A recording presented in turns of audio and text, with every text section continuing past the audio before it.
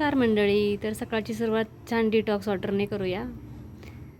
त्याच्यानंतर जेवण बनवलं, चपाती बनवली आणि टोमॅटोची चटणी बनवली होती.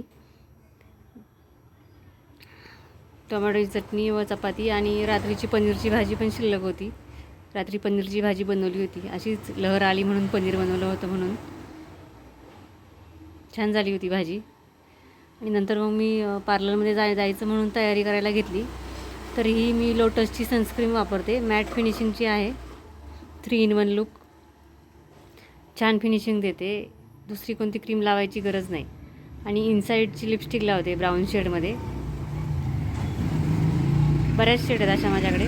त्यातली ही ब्राऊन पण छान वाटते आणि छोटीशी टिकली. नंतर ही असा लुक झाला होता. ब्लॅक कलरचा टॉप घातला आणि जीन्स घातली होती. नंतर मग पार्लरमध्ये आले आणि नमस्कार करून स्वामींना नमस्कार केला आणि मग कामाला सुरुवात. तर कसा वाटला माझा ब्लॉग नक्की सांगा. Bye guys.